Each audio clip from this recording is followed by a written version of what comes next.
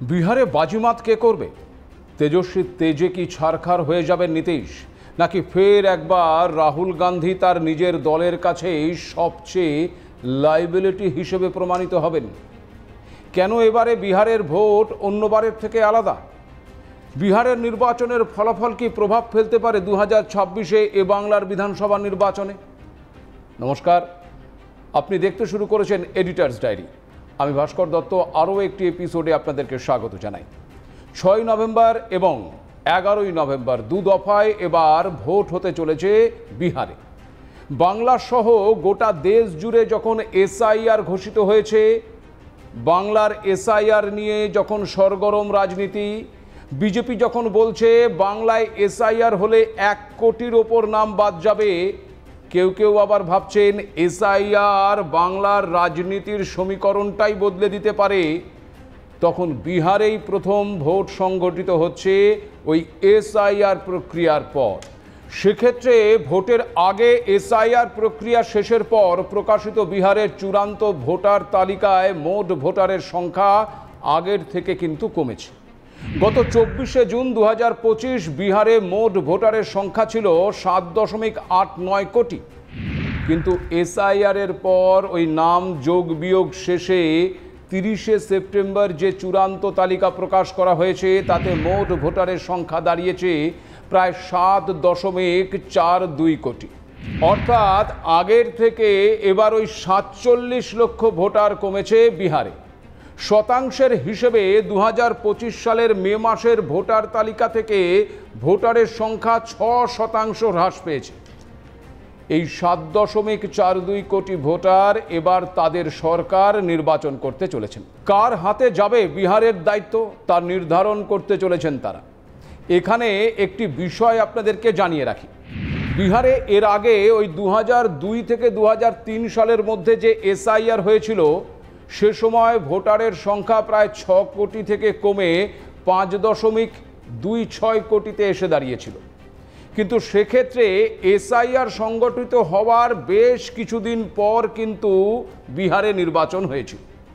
2002 থেকে 2003 সালে এসআইআর এর পর নির্বাচন হয়েছিল সেই 2005 সালে। ফলে সেবার কিন্তু এসআইআর নিয়ে এত বিতর্কের সূত্রপাত হয়নি। সেদিক থেকে বলাই যায় যে দেশে এবার এসআইআর এর পর প্রথম নির্বাচন সংগঠিত হবে বিহারে। ফলে এবারের ভোট অন্যবারের থেকে আলাদা।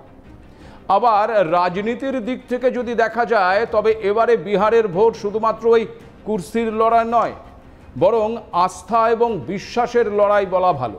কারণ এনডিএর কাছে যেমন এবারের ভোট প্রতিশ্রুতি পূরণে তারা কতটা সফল হয়েছে তার আস্থার ওপর দাঁড়িয়ে রয়েছে, তখন উল্টো দিকে মহাগঠবন্ধন মানে ওই মহাজোটের কাছে বা আরজেডির কাছে মানুষের বিশ্বাস ফিরে পাওয়ার লড়াই। আবার ব্যক্তি নিরেখেও এবারের বিহারের ভোট যথেষ্টই তাৎপর্যপূর্ণ। কারণ একদিকে যখন নীতীশ কুমারের আগামী রাজনীতির ভবিষ্যৎ ঠিক হতে পারে এবারের নির্বাচনের পর, আগামীতে নীতীশ রাজনীতির শীর্ষভাগে থাকবেন নাকি তাকে একেবারে পেছনের সারিতে জায়গা নিতে হবে তা নির্ভর করছে এই ভোটের ফলাফলের ওপরেই। আবার অন্যদিকে তরুণ প্রজন্মের প্রতীক হিসেবে তেজস্বী যাদব তার বাবার মতো বিহারের রাজনীতির ভবিষ্যৎ হয়ে উঠতে পারছেন কিনা তাও নির্ভর করছে এবারে বিহারের ফলাফলের ওপর। সব মিলিয়ে তাই এবারের বিহারের নির্বাচন অন্যবারের থেকে অনেকাংশেই যে আলাদা তা বলাই যায়। সেক্ষেত্রে প্রথম প্রশ্ন সেই এসআইআর নিয়েই উঠছে। এবারের এসআইআর কতটা প্রভাব ফেলতে পারে বিহারের নির্বাচনে? 2002-03 সালে ভোটার তালিকা সংশোধনের পর 14% ভোটারের নাম বাদ গিয়েছিল, কিন্তু নির্বাচন হয়েছিল 2005 সালে। খেয়াল করে দেখুন, সেবার মানে ওই 2005 সালে বিহার নির্বাচন হয়েছিল ফেব্রুয়ারি মাসে, কিন্তু নির্বাচনের ফলাফল হয় ত্রিশঙ্কু। কোনো একটি রাজনৈতিক দল বা জোট একক সংখ্যাগরিষ্ঠতা না পাওয়ায় 2005 সালেই আবার অক্টোবর মাসে ফের নির্বাচন হয় বিহারে। আর সেই নির্বাচনে 243টি আসনের মধ্যে 143টি আসনে জিতে সরকার গড়েছিল এনডিএ। মুখ্যমন্ত্রী হয়েছিলেন নীতীশ কুমার। সেবারের ফলাফলে নীতিশের দল জেডিইউ প্রথম স্থানে ছিল, দ্বিতীয় স্থান দখল করেছিল বিজেপি, আর ভারতের প্রাচীনতম রাজনৈতিক দল মানে ওই কংগ্রেসের স্থান হয়েছিল পঞ্চমে। এবার এসআইআর পর নাম বাদ গেছে 6%। গতবারের 14% থেকে অনেকটাই কিন্তু কম। তারপরেও কেন এসআইআরকে এবারের বিহারের নির্বাচনে গুরুত্ব দেওয়া হচ্ছে? এর উত্তরটা খুঁজতে হলে এই 2020 সালের ফলাফলের দিকে একটু নজর দিতে হবে। দেখুন, 2020 সালের নির্বাচনে এনডিএ জিতলেও রাজ্যে তাদের ব্যবধান ছিল মাত্র 11,150 ভোট। যে কোনো একটি বিধানসভা নির্বাচনে জয়লাভের ক্ষেত্রে যে ব্যবধান থাকে তার থেকেও অনেক কম। মাত্র 12টি আসন, মাত্র 12টি আসন যদি অন্যদিকে ঘুরে যেত তাহলেই বিহারে অন্য কেউ মুখ্যমন্ত্রী হতো। কারণ 2020 সালে এনডিএ পেয়েছিল 125টি আসন আর বিরোধী মহাগঠবন্ধন পেয়েছিল 110টি আসন। একেবারে সহজ পাটিগণিতের অঙ্ক অনুযায়ী ফলাফল পরিবর্তনের জন্য ওই 12টি আসনের মাত্র 6,292 জন ভোটারের ভিন্ন ক্ষেত্রে ভোট দেওয়ার প্রয়োজন ছিল।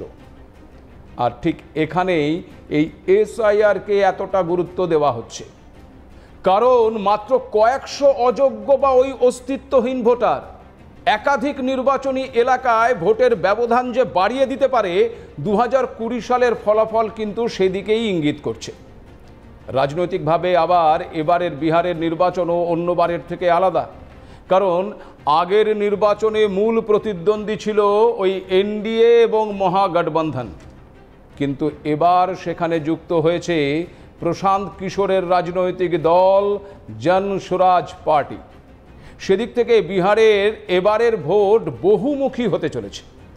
প্রশান্ত কিশোর এই নামটার সঙ্গে বাংলার মানুষ ভীষণভাবেই পরিচিত, তা আমি জানি, কারণ 2021-এ বাংলার বিধানসভা নির্বাচনে এই প্রশান্ত কিশোর ছিলেন রাজ্যের বর্তমান শাসক দল অর্থাৎ তৃণমূল কংগ্রেসের মেন্টর। তৃণমূলকে জেতানোর পাশাপাশি বিজেপি এবং আম আদমি পার্টির জয়ের পেছনেও এই প্রশান্ত কিশোরের কৃতিত্ব রয়েছে। সেই প্রশান্ত কিশোর প্রথমবার নিজেই নির্বাচনী ময়দানে অবতীর্ণ হয়েছেন। খুব স্বাভাবিকভাবে যার নেটওয়ার্ক অন্যকে জেতাতে পারে, সেই প্রশান্ত কিশোরের নেটওয়ার্ক তার নিজের জন্য কতটা কার্যকরী হতে পারে তা নিয়ে আলোচনার শেষ নেই। এখানে একটা বিষয় ভীষণভাবে উল্লেখ করা প্রয়োজন যে এবারে বিহারের ভোটে যে ফ্যাক্টরগুলো গুরুত্বপূর্ণ, একটি সার্ভে অনুযায়ী দেখা যাচ্ছে যে তার মধ্যে 25.9% বিহারের আইন শৃঙ্খলা নিয়ে বলছে। জাতিগত আদমশুমারি এবং সুবিধার বিষয়টি তুলে ধরেছে 25.5% মানুষ। 21.1% ভোটার বেকারত্বকে চিহ্নিত করেছেন। আবার অপারেশন সিঁদুরকে চিহ্নিত করেছেন 10% ভোটার। আর মজার বিষয় হলো 77% উত্তরদাতা বলেছেন এবারে বিহারের ভোটে এসআইআর বিষয়টি আর প্রাসঙ্গিক নয়। এদিকে বিহারের এই জাতিগত রাজনীতিতে প্রশান্ত কিশোরকে অনেকেই কিন্তু ফ্যাক্টর বলে মনে করছেন। নির্বাচনে না জিতলেও ভোট কাটাকাটির অঙ্কে এই প্রশান্ত কিশোর এবারের নির্বাচনে কিং মেকার হয়ে উঠতে পারেন বলেও মনে করছেন অনেকে। সত্যি কি এবারের নির্বাচনে প্রভাব ফেলতে পারে প্রশান্ত কিশোরের দল জনসুরাজ পার্টি? এনডিএ বা মহাগঠবন্ধনের অবস্থা কি? কতটা প্রভাব পড়বে বিহারের এই নির্বাচন বাংলায়? এনডিএ ও মহাগঠবন্ধন যুযুদান দুই পক্ষের মধ্যে প্রশান্ত কিশোরের জনসুরাজ পার্টির অন্তর্ভুক্তিতে বিহারের ভোট রাজনীতি যে অন্য মাত্রা নিয়েছে তা বলাই বাহুল্য। প্রধান দুই প্রতিপক্ষের মধ্যে অঙ্কে যদি ভাগ বসায় ওই জনসুরাজ পার্টি, তবে ভোটের সমীকরণ কিন্তু বদলে যেতে পারে। বিহারের জাতিগত রাজনীতির আঙিনায় প্রশান্ত কিশোরের অবস্থান ভোটদানের ধরনকে ব্যাহত করতে পারে বলে মনে করা হচ্ছে। ভোট কাটাকাটির খেলায় বড় ভূমিকা নিতে পারে ওই জনসুরাজ পার্টি, কারণ এবারের বিহারের নির্বাচনে সামান্য ভোটের হার এদিক ওদিক হলেই বদলে যেতে পারে সমীকরণটাই। আর সে কারণেই প্রধান দুই প্রতিপক্ষ এনডিএ এবং মহাগঠবন্ধন গুরুত্ব আরোপ করেছে বিহারের কর্মসংস্থান এবং মহিলা ভোটারের দিকে। শুক্রবার মানে গত শুক্রবার এনডিএর ইস্তেহার প্রকাশ করা হয়েছে। সেখানে বিহারের 1 কোটি মানুষকে সরকারি চাকরি দেওয়ার প্রতিশ্রুতি দেওয়া হয়েছে। মূলত যুব সম্প্রদায়ের কথা মাথায় রেখেই বিহারের প্রতিটি জেলায় একটি করে মেগা স্কিল সেন্টার তৈরি করার কথা বলা হয়েছে। আবার মহিলা ভোটারদের কথা মাথায় রেখে সর্বোচ্চ 2 লক্ষ টাকা সাহায্যের আশ্বাস দেওয়া হয়েছে। লাখপতি দিদি প্রকল্পকে এবার মিশন কোটিপতি করতে চাইছে এনডিএ। 1 কোটি মহিলাকে এই প্রকল্পের অন্তর্ভুক্ত করার কথা বলা হয়েছে। অতি অনগ্রসর সম্প্রদায়ের মানুষকে সর্বোচ্চ 10 লক্ষ টাকা পর্যন্ত আর্থিক সাহায্যের আশ্বাসও দেওয়া হয়েছে। অন্যদিকে এবার এই মহাগঠবন্ধন তেজস্বী যাদবকেই কিন্তু মুখ্যমন্ত্রীর মুখ হিসেবে তুলে ধরেছে। আর সে কারণে তাদের ইস্তাহারে তেজস্বী প্রতিজ্ঞা, তেজস্বী প্রাণ এই সমস্ত স্লোগান তুলে ধরা হয়েছে। পাশাপাশি প্রতিশ্রুতির শীর্ষে রয়েছে চাকরি। পরিবার পিছু একটি করে চাকরির জন্য জয়ের 20 দিনের মধ্যে আইন আনার কথা বলা হয়েছে।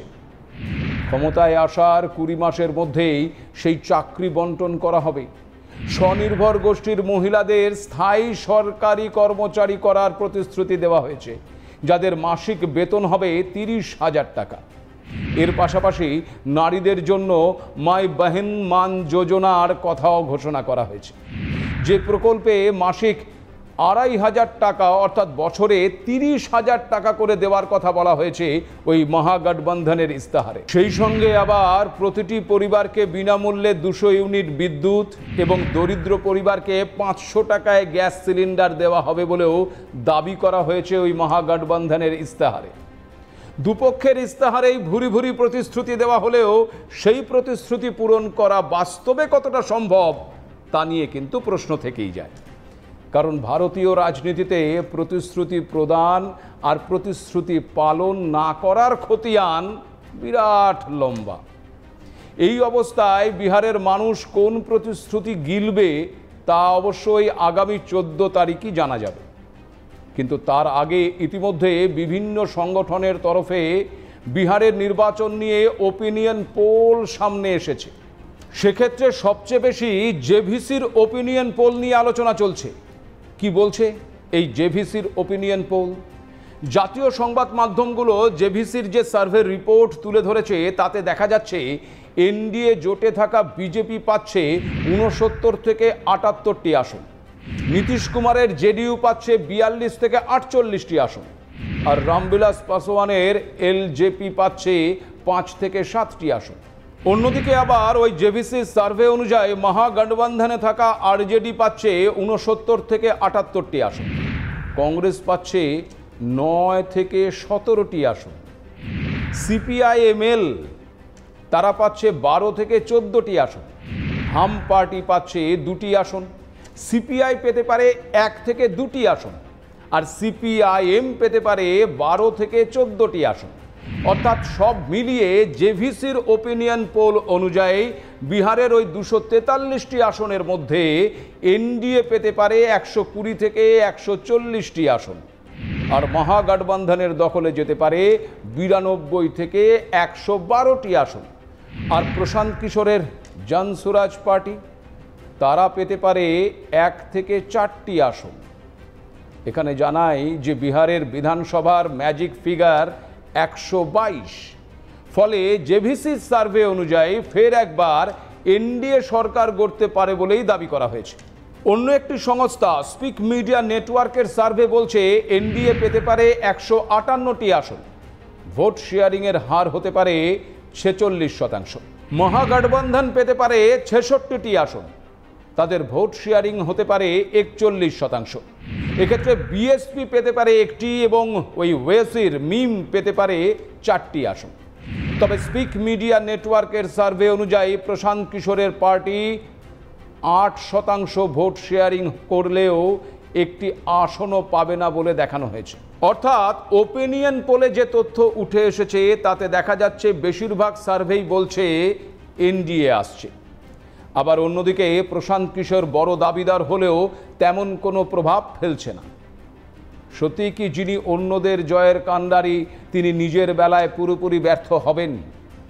আবার ওপিনিয়ন পোলে বড় দলগুলোর মধ্যে সবচেয়ে কম আসন পাচ্ছে ওই সেই ভারতের সবচেয়ে প্রাচীন রাজনৈতিক দল কংগ্রেস। খুব স্বাভাবিকভাবেই রাহুল গান্ধীর নেতৃত্বে ফের যদি কংগ্রেসের ভরাডুবি হয়, তবে আরও একবার ওই রাহুলের রাজনীতির কেরিয়ার নিয়ে যে প্রশ্ন উঠবে তা বলাই যায়। নির্বাচনী প্রচারে গিয়ে বিহারে জলে ঝাঁপ দিতে দেখা যাচ্ছে রাহুল গান্ধীকে। শুধু একা রাহুল গান্ধী নন, রাহুলের সঙ্গে সঙ্গে জলে ঝাঁপ দিচ্ছেন মহাগঠবন্ধনের একাধিক শরিক নেতারাও। বেগুসরাইয়ে স্থানীয়দের সাথে মাছ ধরার পাশাপাশি ফ্রিস্টাইল সাঁতার দিতেও দেখা গেছে ওই রাহুল গান্ধীকে। নিন্দুকেরা বলছেন এ চিত্র নাকি বিহারের নির্বাচনের ফলাফলের। শরিক দলগুলোকে নিয়ে রাহুল গান্ধী যে নিজেও জলে ডুবতে চলেছেন, এ ছবি নাকি তারই প্রতীক। যাকে নিন্দুকদের কথা কানে তুলতে নেই, তারা যা বলছে বলুক গিয়ে। উল্টোটাও তো হতে পারে, মানে ওই শরিকদের নিয়ে সাঁতরে ওই ভোট বৈতরণীও তো পার করতে পারেন রাহুল গান্ধী নাকি। যদিও ওপিনিয়ন পোল তা বলছে না, কিন্তু ওপিনিয়ন পোল তো আবার ভুলও প্রমাণিত হয়। কারণ বিহারের মুখ্যমন্ত্রীর মুখ হিসেবে কে বেশি জনপ্রিয়, এ বিষয়ে আবার ওই জেভিসি যে সার্ভে করেছে তাতে জাতীয় সংবাদ মাধ্যমে প্রকাশিত সেই তথ্য অনুযায়ী 33% ভোট পেয়ে সবার প্রথম স্থানে রয়েছে তেজস্বী যাদব। সেখানে 29% মানুষ চাইছে নীতিশ কুমারকে, চিরাগ পাসওয়ানকে চাইছেন 10% মানুষ, আর প্রশান্ত কিশোরকেও চেয়েছেন 10% মানুষ। সম্রাট চৌধুরীকে চেয়েছেন 9% মানুষ। অন্যদিকে এনডিএ বা মহাগঠবন্ধনের অন্য কেউ যদি মুখ্যমন্ত্রী হয়, তাহলে সেক্ষেত্রে 5% বেশি মানুষ ভোট দেয়নি। সব মিলিয়ে শেষ পর্যন্ত বিহারের মানুষ যাকে চাইবে সেই যে আগামী 5 বছরের জন্য মসনদে বসবেন তা পরিষ্কার। কিন্তু এসআইআর যদি বিহারের ভোটের অঙ্ক এদিক ওদিক করে দেয়, তবে তা যে বাংলার ভোটে একটা বিরাট প্রভাব ফেলবে তা বলাই যায়। যদি ধরুন বিহারে ওপিনিয়ন পোল ভুল প্রমাণিত হলো আর এনডিএ হেরে গেল, তাহলে খুব স্বাভাবিকভাবেই বাংলার বিজেপি যে আরও প্যাঁচে পড়বে তা কি আর আমায় বলে দিতে হবে? এসআইআরে ভর করে বাংলায় জয়ের স্বপ্ন দেখতে গিয়ে ইতিমধ্যেই মতুয়া গেরোতে আটকে পড়েছে বাংলার বিজেপি। এরপর যদি বিহারে তারা হেরে যায়, তবে তো বাংলায় তাদের কি অবস্থা হবে তা অনুমান করাই যাচ্ছে। আর যদি বিহারে বিজেপি জেতে, তবে বাংলার বিজেপি একটু অক্সিজেন পাবে বইকি। অন্যদিকে আবার বাংলার শাসক দল তৃণমূল কংগ্রেসের তরফে এই এসআইআর বিরোধী আন্দোলন কিন্তু আরও জোরদার হবার সম্ভাবনা তৈরি হবে। সে কারণে বাংলার দিক থেকেও এবারে ওই বিহারের নির্বাচন যথেষ্টই গুরুত্বপূর্ণ হয়ে পড়েছে। তাই বিহারের পাশাপাশি ওই আগামী 14 তারিখের দিকে তাকিয়ে রয়েছে দেশের অন্যান্য রাজ্য সহ এ বাংলাও। সব মিলিয়ে এসআইআর পরবর্তী সময়ে বিহারের শেষ পর্যন্ত কে বাজিমাত করে, এখন সেটাই দেখার। আজ এ পর্যন্তই। নমস্কার।